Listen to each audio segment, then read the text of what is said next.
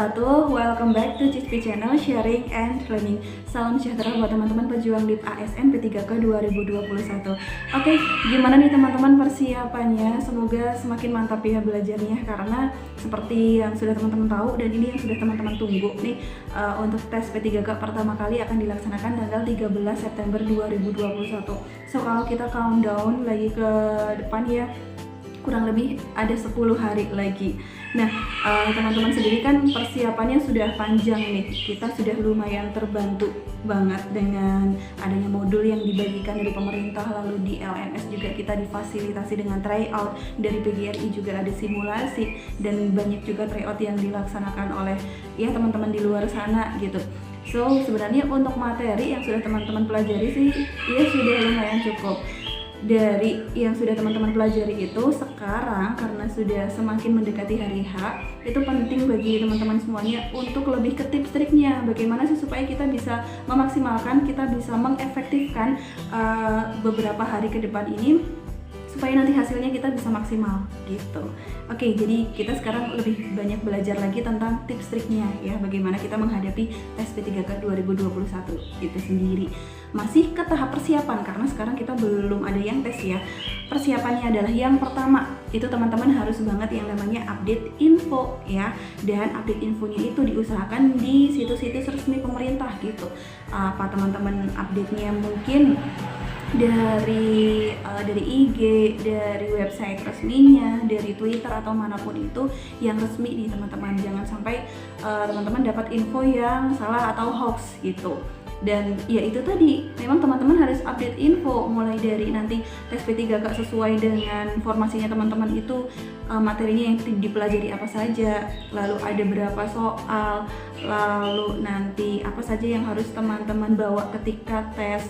Nah itu penting banget untuk teman-teman tahu ya, wawancara nanti PG atau esai. Nah itu penting sekali. Dan apa ya, ada beberapa teman-teman yang tanya ke saya gitu, misalkan, Kak, saya itu jurusan PAI, nanti soalnya apa saja ya Kak?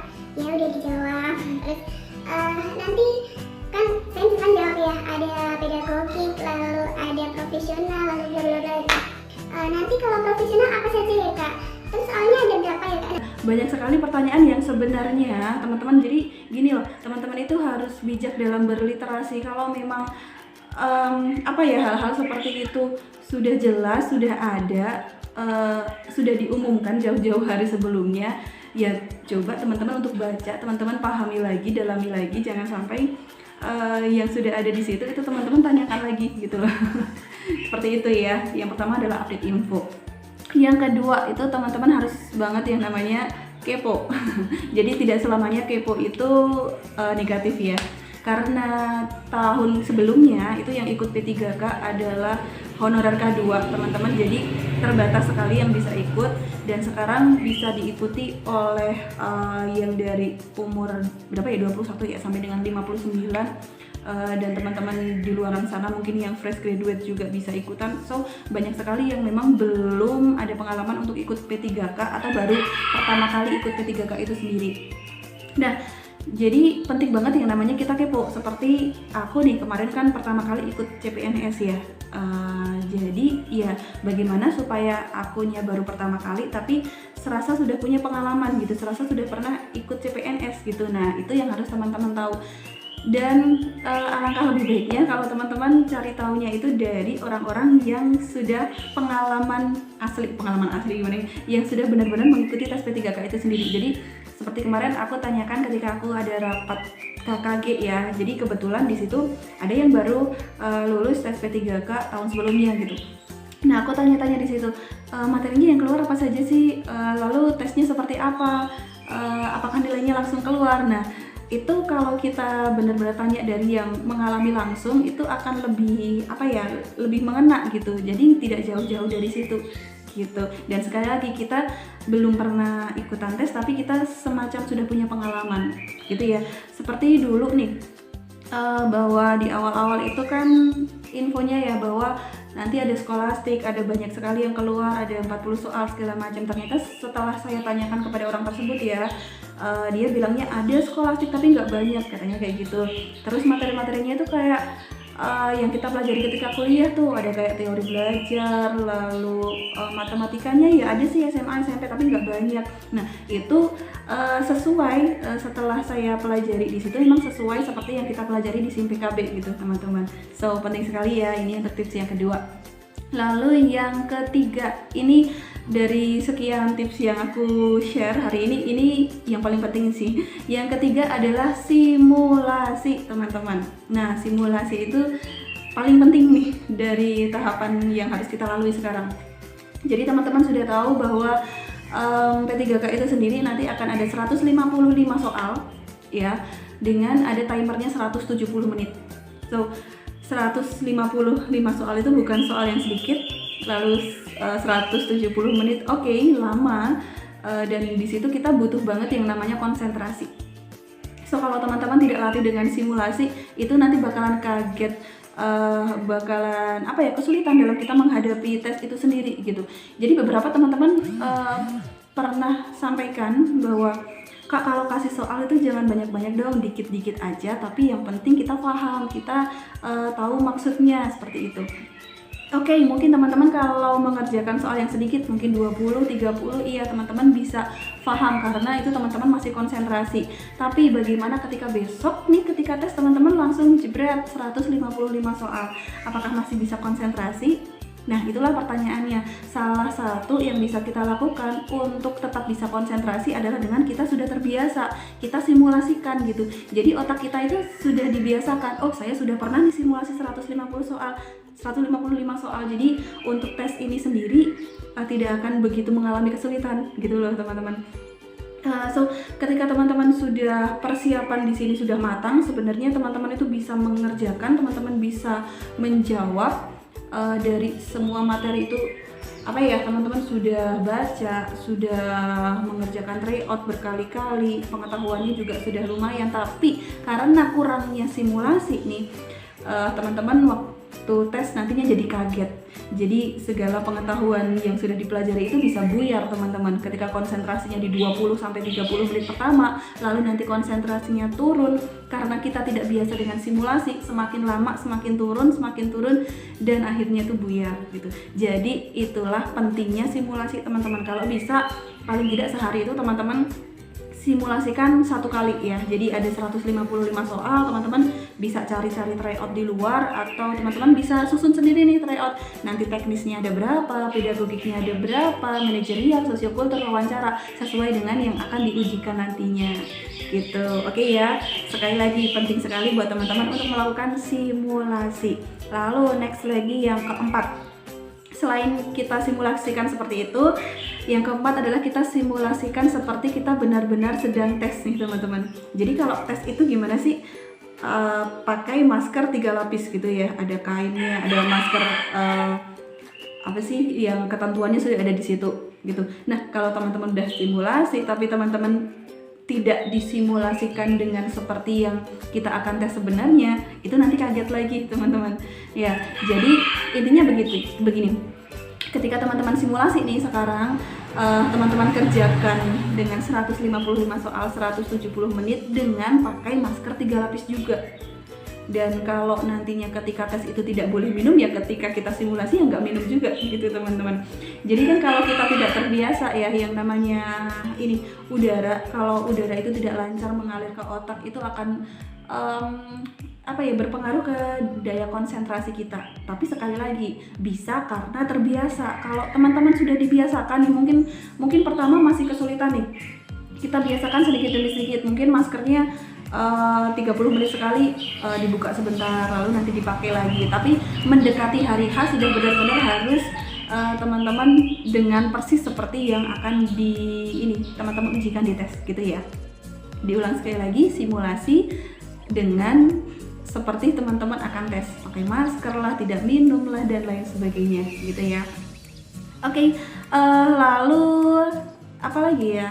Next tips dari saya adalah pahami soalnya gitu. Pahami soalnya. Teman-teman banyak sekali yang kadang itu, maaf ini backsoundnya ayam.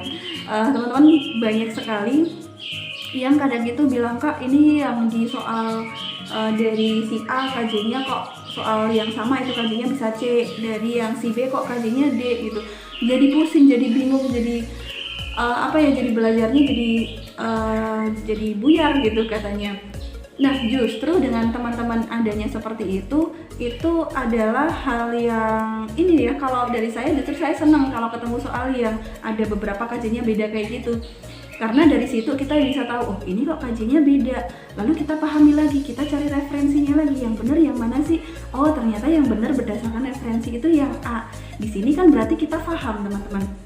Kenapa jawaban ini A, kenapa jawaban ini B atau C, dan seterusnya. Jadi kita tidak hafalan KJ, karena sekali lagi soal-soal yang dipelajari sekarang adalah soal-soal latihan saja ya, yang nantinya tidak akan keluar di tes P3K itu sendiri, teman-teman. Jadi bukan waktunya teman-teman untuk hafalin KJ, tapi teman pahami. Jadi ketika nanti soalnya ketemu dengan tipe soal yang sama, oh teman-teman bisa analisa, oh dari pemahaman saya terhadap soal materi ini, oh ternyata jawabannya seperti ini. Nah, seperti itu. Jadi bukan kita hafalan KJ. Sekali lagi ya teman-teman pahami itu, karena mungkin ketika saya juga menyusun atau membuat soal tryout gitu, dengan keterbatasan saya juga, dengan kegiatan saya juga, kadang saya cek juga, kadang ada yang kelewat gitu, maksud hati mau nulis KJ-nya C, saya tulisnya B gitu. Jadi di sini justru peran serta dari teman-teman sendiri untuk lebih kritis lagi dalam kita lihat